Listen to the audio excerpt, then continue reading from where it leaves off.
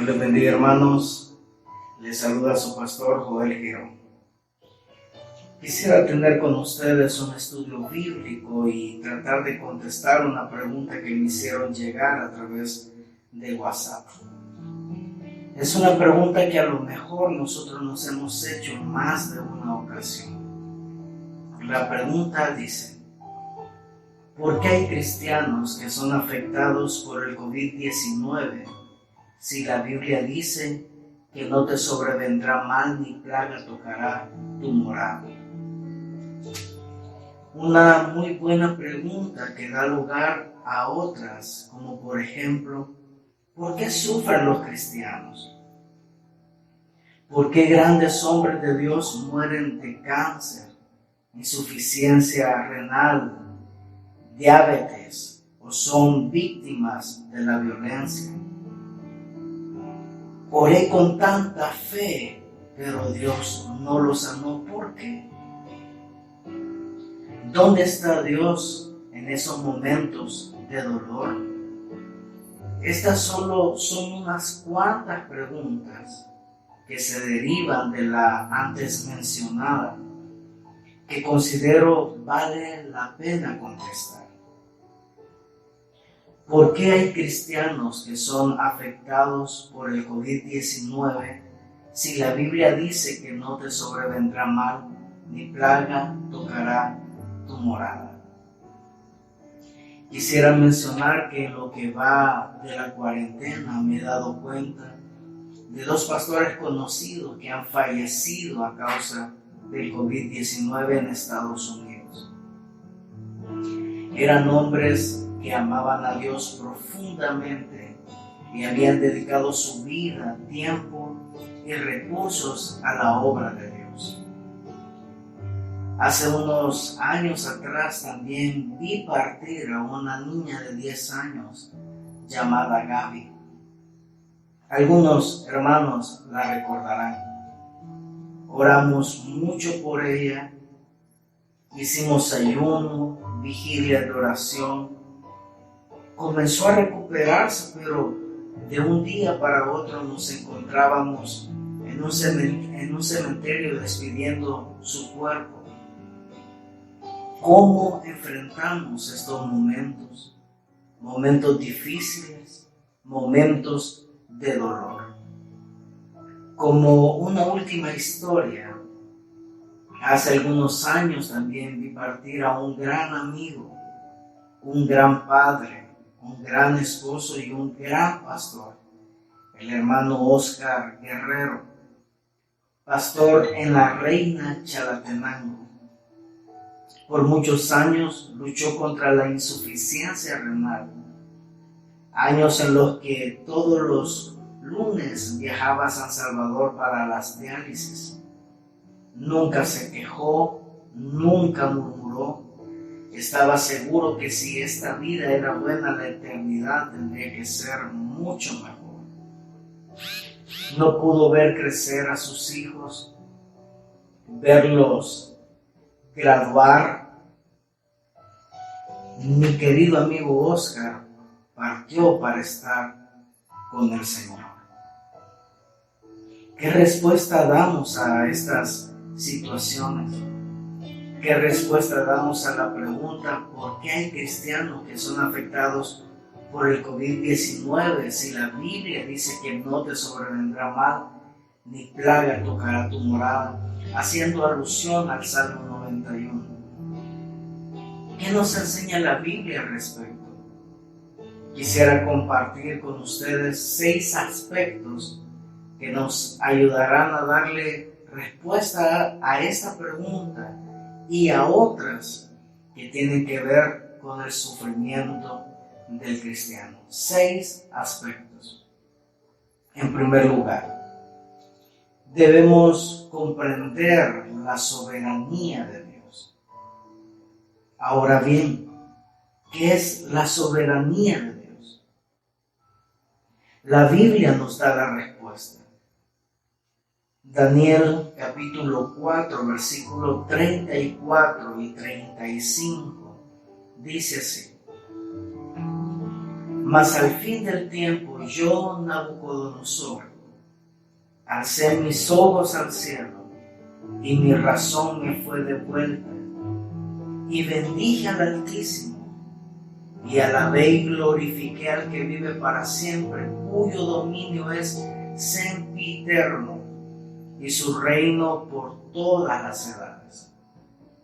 Todos los habitantes de la tierra son considerados como nada. Y hago énfasis en estas palabras. Y Él hace, es decir, Dios hace según su voluntad en el ejército del cielo y en los habitantes de la tierra. Y no hay quien detenga su mano y le diga: ¿qué haces? Dios hace según su voluntad. Y no hay quien le diga: ¿qué haces? Isaías 46, versículos 9 y 10.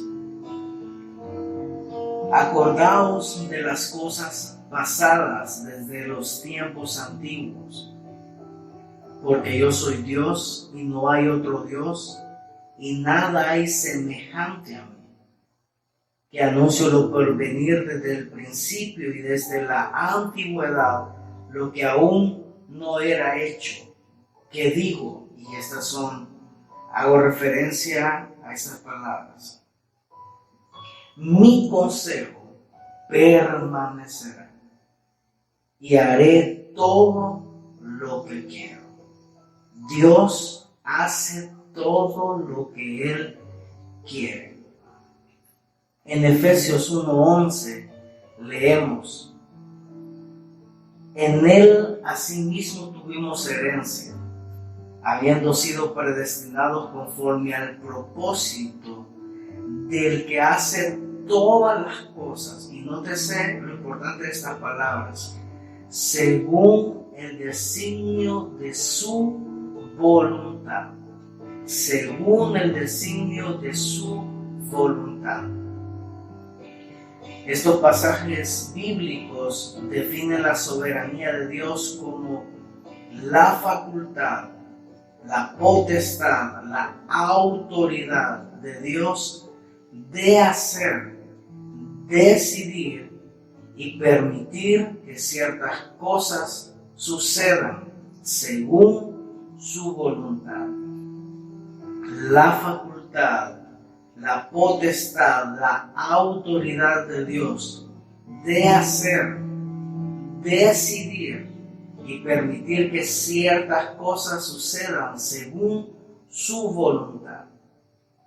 En pocas palabras, Dios hace lo que quiere, cuando quiere, cómo quiere y con quién quiere. Romanos 9:20 dice: mas antes, oh hombre, ¿quién eres tú para que alterques con Dios, para que discutas con Dios? Dirá el vaso de barro al que lo formó: ¿por qué me has hecho así? La soberanía de Dios no es un capricho de Dios, ya que la soberanía de Dios no contradice sus atributos como su justicia, su amor, su misericordia, y tampoco contradice sus propósitos, ya que la Biblia misma dice que todo lo que Dios hace y permite en nuestras vidas tiene propósito.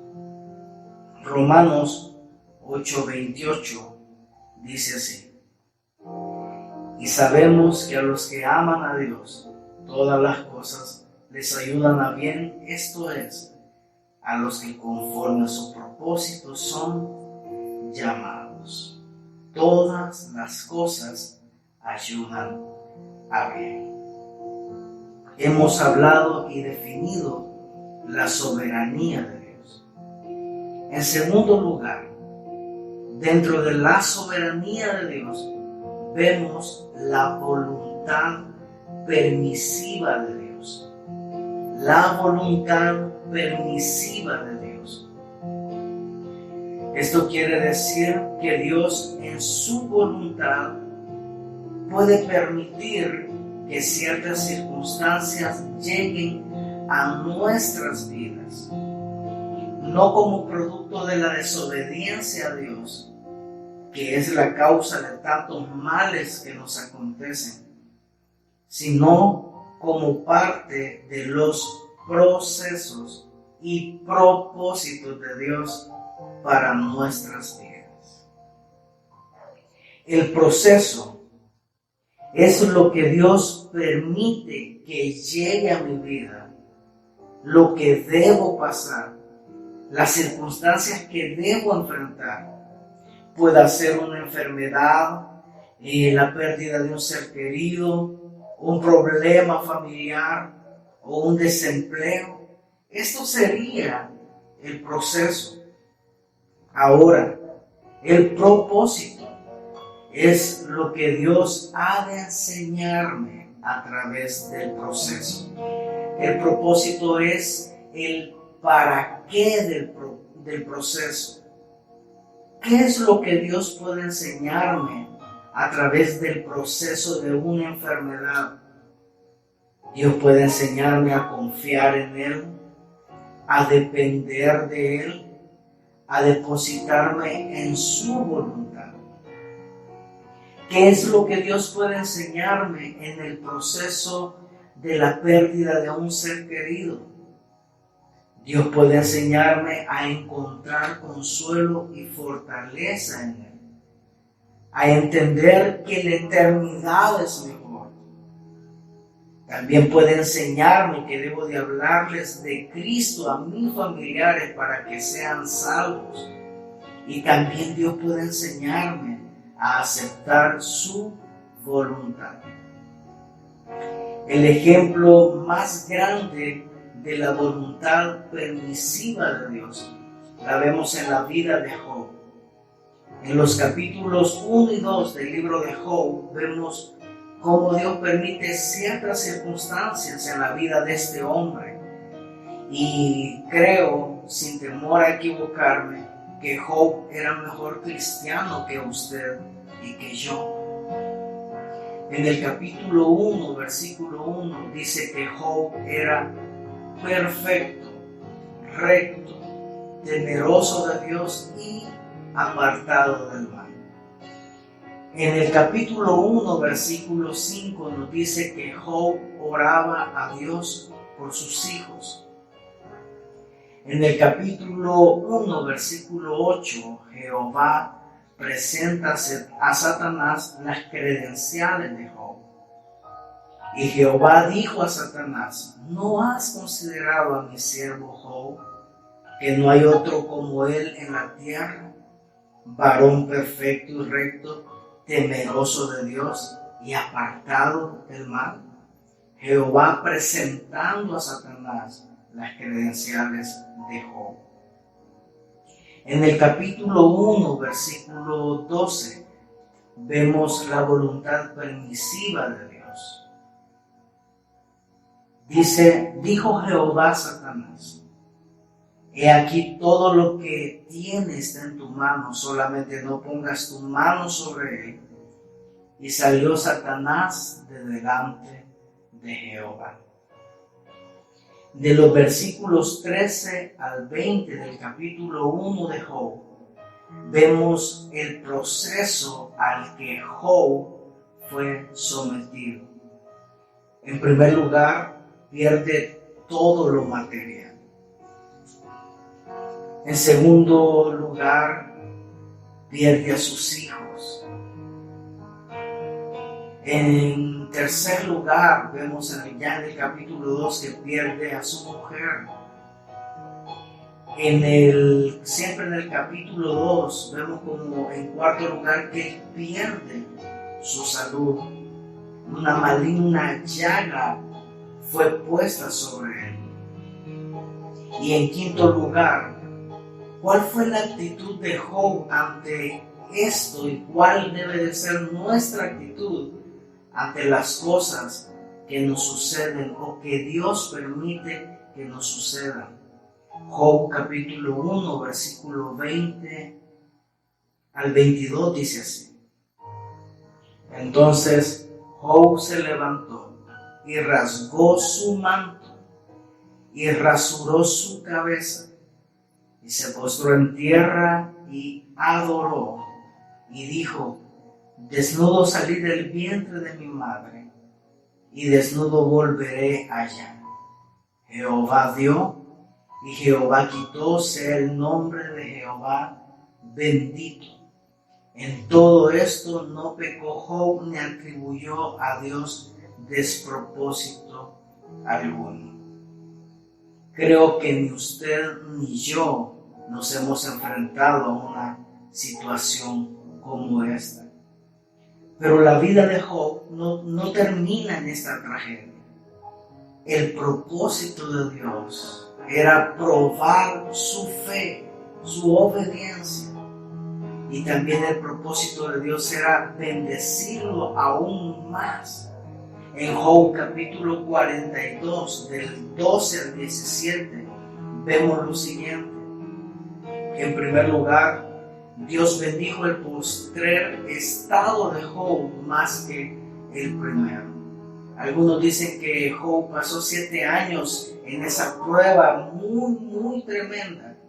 Pero ¿cuál era el propósito? Dios lo bendijo el postrer estado de Job aún más grande que el primero. En segundo lugar, fue restituido en lo material, llegó a tener mucho más.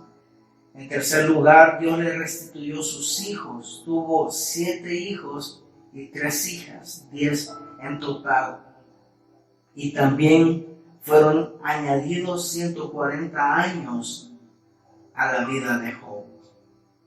Santiago 1:2 nos dice: hermanos míos, tened por sumo gozo cuando os halléis en diversas pruebas. Un hombre temeroso de Dios, siendo probado de una forma muy dura, no porque Job era malo, sino que Dios, la voluntad permisiva de Dios permitió que esta situación llegara a Job como parte de un propósito o de un proceso y de un propósito. Entonces llevamos la soberanía de Dios y la voluntad permisiva de Dios. En tercer lugar, debemos aprender a aceptar la voluntad de Dios para nuestra vida. Ya sea que Dios conteste mis oraciones o tardare en contestar mis oraciones, debo comprender que su voluntad a mi vida siempre será perfecta. Ya sea que Dios me sane o no, debo de comprender que su voluntad a mi vida siempre será perfecta. Ya sea que Dios levante a un ser querido de la misma muerte o se lo lleve a su presencia, debo de comprender que su voluntad a mi vida siempre será perfecta. Ya sea que Dios me dé lo que pido o no me dé lo que le pido, debemos comprender que la voluntad de Dios a mi vida, a nuestras vidas, siempre será perfecta.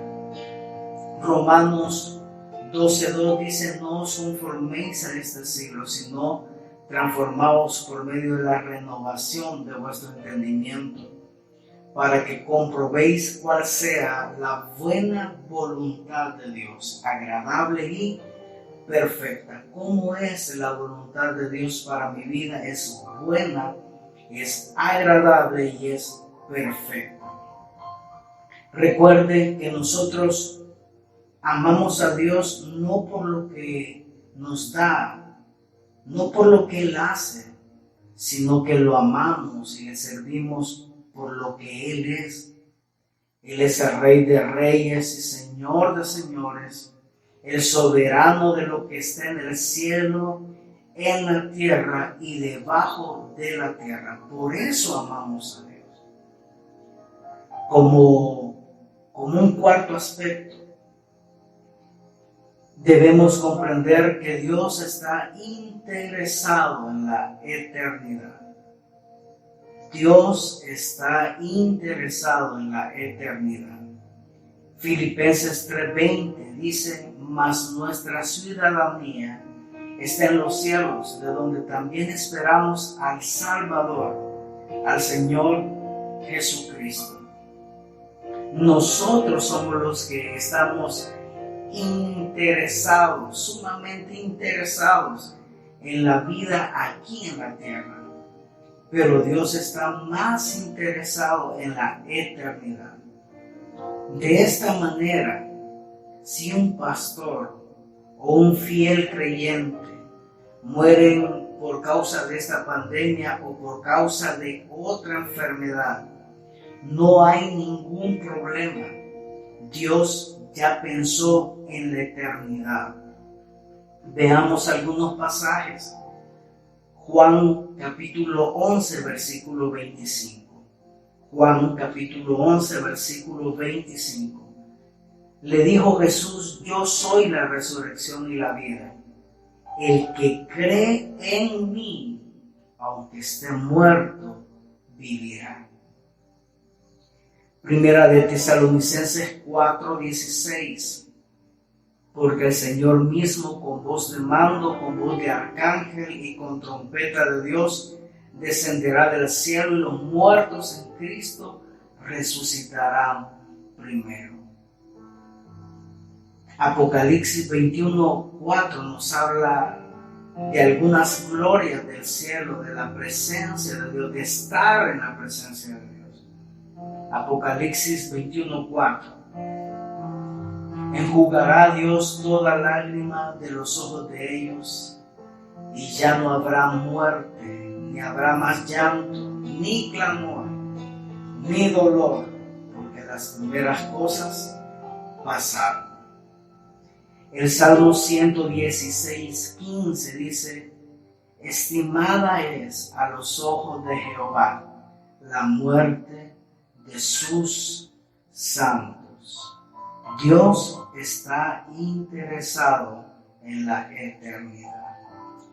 En quinto lugar, debemos de comprender que todo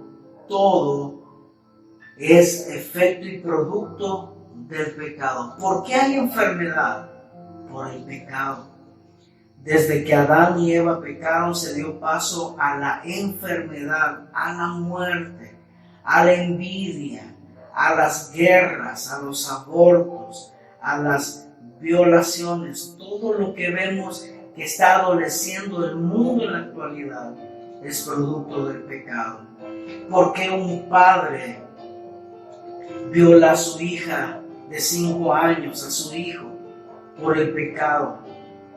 ¿Por qué un hijo se levanta contra su padre al punto de matarlo? Por el pecado.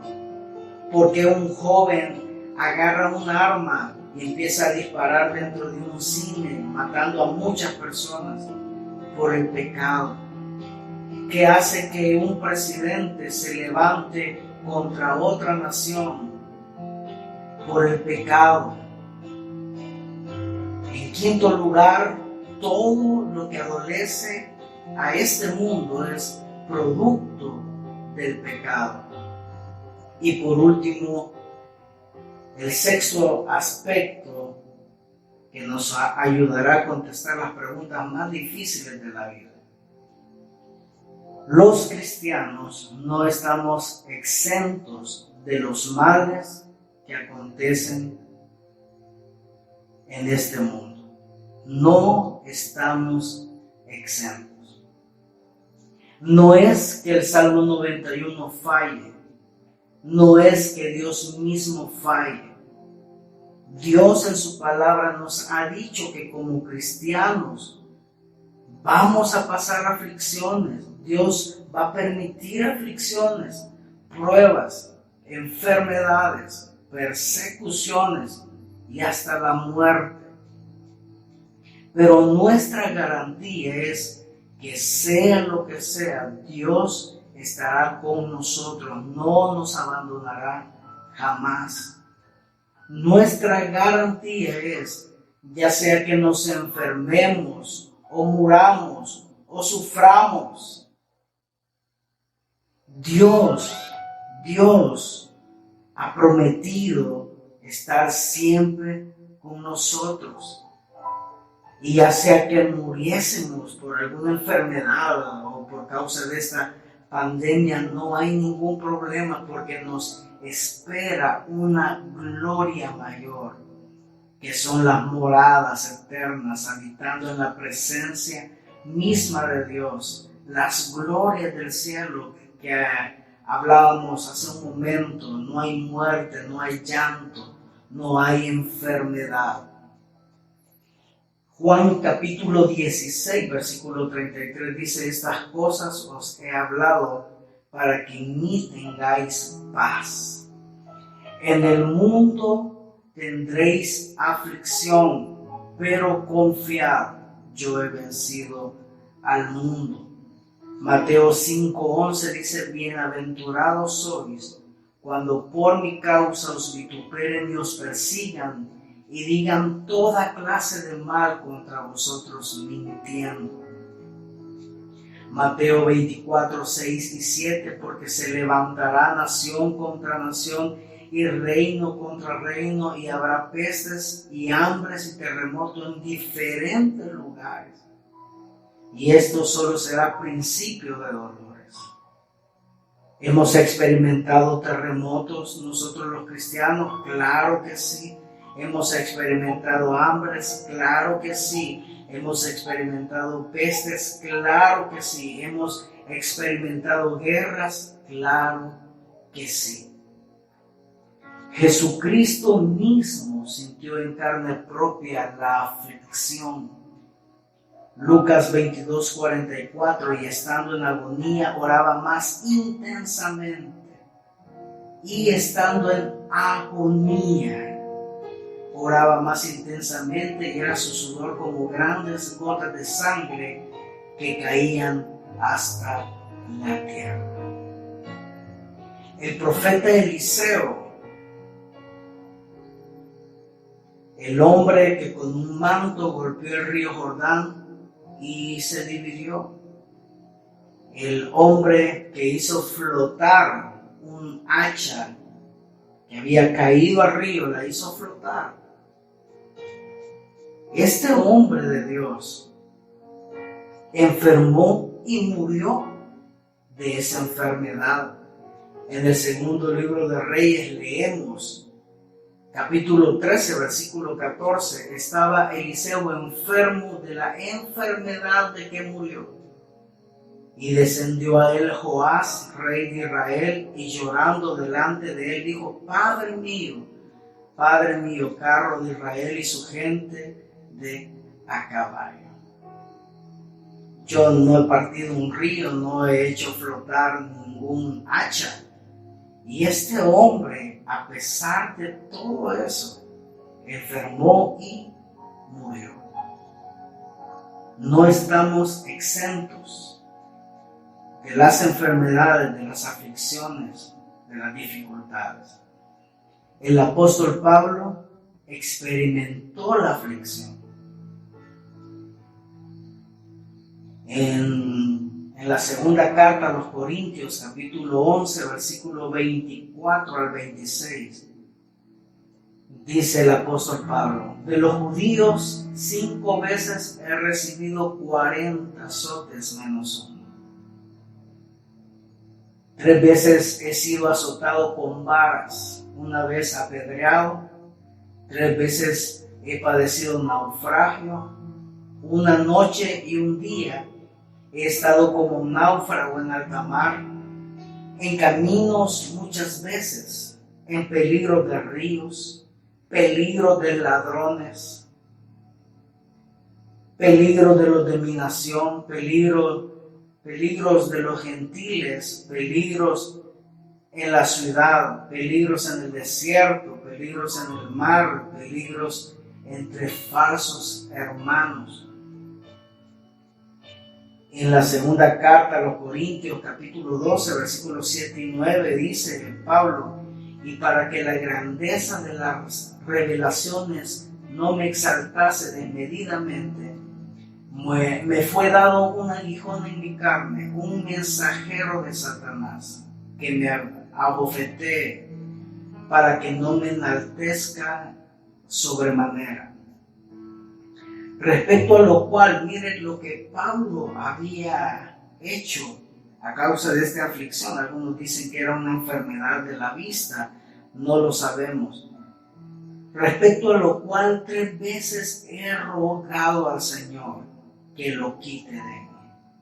El gran apóstol Pablo le había orado al Señor que le quitara ese aguijón 3 veces.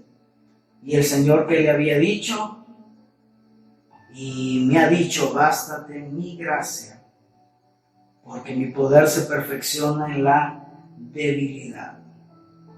Por tanto, de buena gana me gloriaré, más bien en mis debilidades, para que repose sobre mí el poder de Cristo.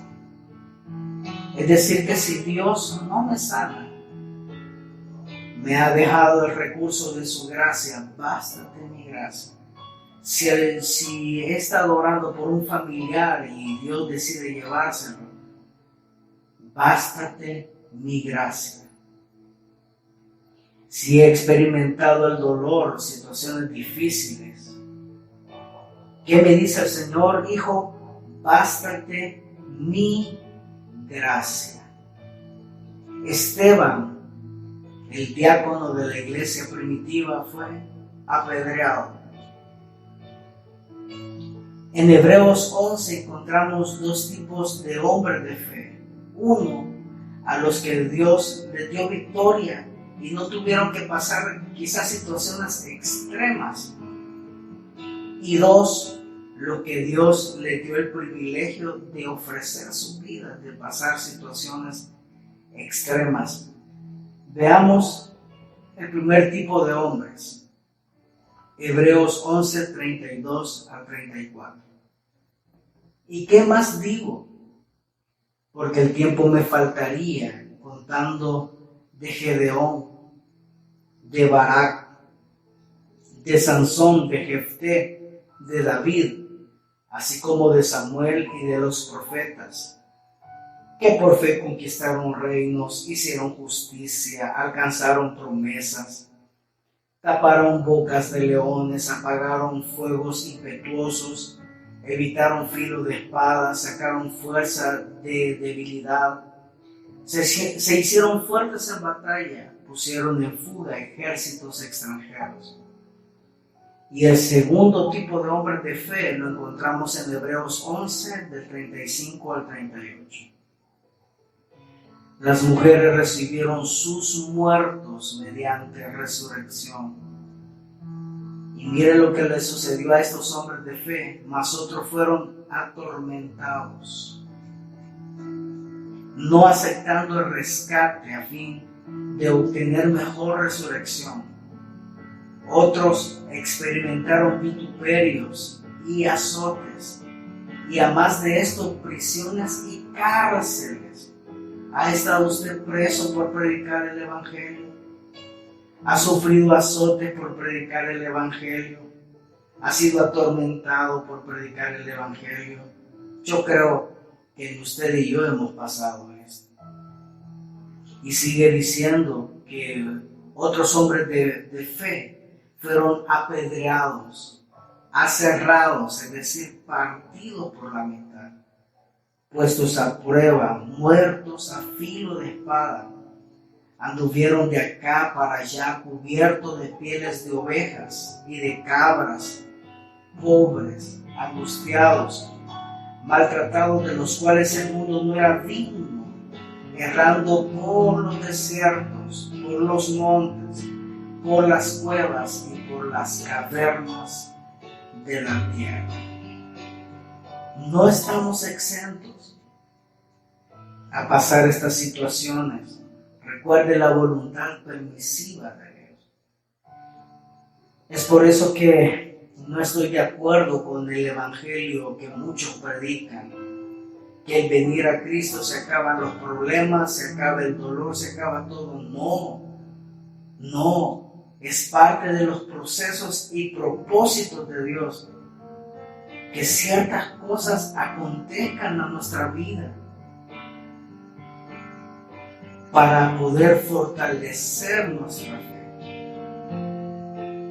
Mencionamos el ejemplo de Pablo y los hombres de fe que nos presenta Hebreos. Unos, Dios en su voluntad no permitió que pasaran situaciones extremas, pero también a otros, Dios en su voluntad sí permitió que pasasen cosas extremas. Fueron apedreados, aserrados, muertos a filo de espada, etcétera, etcétera, etcétera. No estamos exentos. No estamos exentos de la enfermedad, de la pandemia, de la muerte, de los asaltos, de las guerras, de las pestes.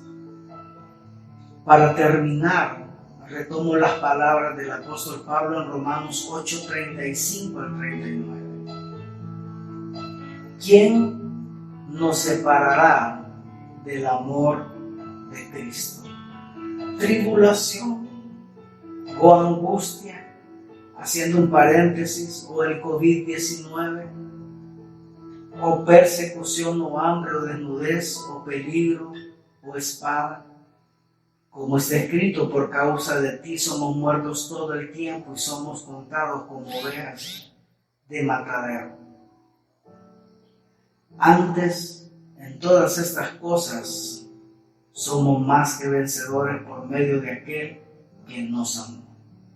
Por lo cual estoy seguro, dice Pablo, de que ni la muerte, ni la vida, ni ángeles, ni principados, ni potestades, ni lo presente, ni lo porvenir, ni lo alto, ni lo profundo, ni ninguna cosa creada nos podrá separar del amor de Dios que es en Cristo Jesús, Señor nuestro. 6 cosas que nos ayudarán a darle respuestas a las preguntas más difíciles de la vida, como la que mirábamos al inicio,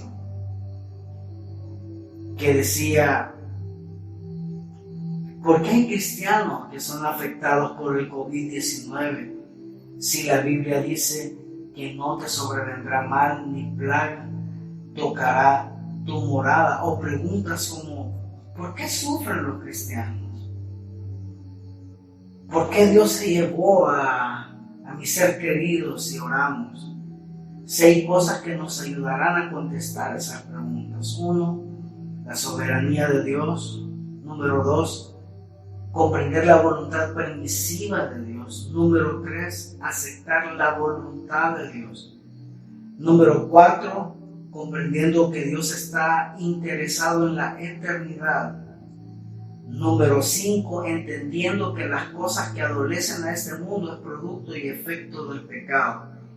Y número 6, reconociendo que los cristianos no estamos exentos de los males que adolece este mundo. Le invitamos a comentar estos mensajes, y si usted tiene alguna pregunta puede hacerla llegar. Tómese un momento para escuchar este estudio, y si tiene alguna pregunta hágala saber, pero también comente. Queremos saber que estos mensajes están siendo de bendición para sus vidas. Hacemos una oración. Padre que estás en los cielos, gracias por tu palabra, Señor. Gracias porque tu palabra tiene la respuesta aún para esas preguntas tan difíciles que muchas veces nos hacemos. Te rogamos que seas tú quien fortalezca nuestra fe, Señor. Fortalece nuestra fe. Prepara nuestros corazones para las cosas que hemos de afrontar o las que estamos afrontando. Prepara nuestros corazones, fortalécenos, que nada ni nadie pueda separarnos de ti, amado Señor. Fortalece a tu pueblo, fortalece a mis hermanos, que tu gracia sea mayor, que tu gracia sea mayor, Señor. Gracias en Cristo Jesús nuestro Señor. Amén y amén. Que Dios me les bendiga, amados hermanos. Les extrañamos. sigamos orando para que Dios nos permita estar juntos nuevamente. Que Dios me les bendiga. Amén.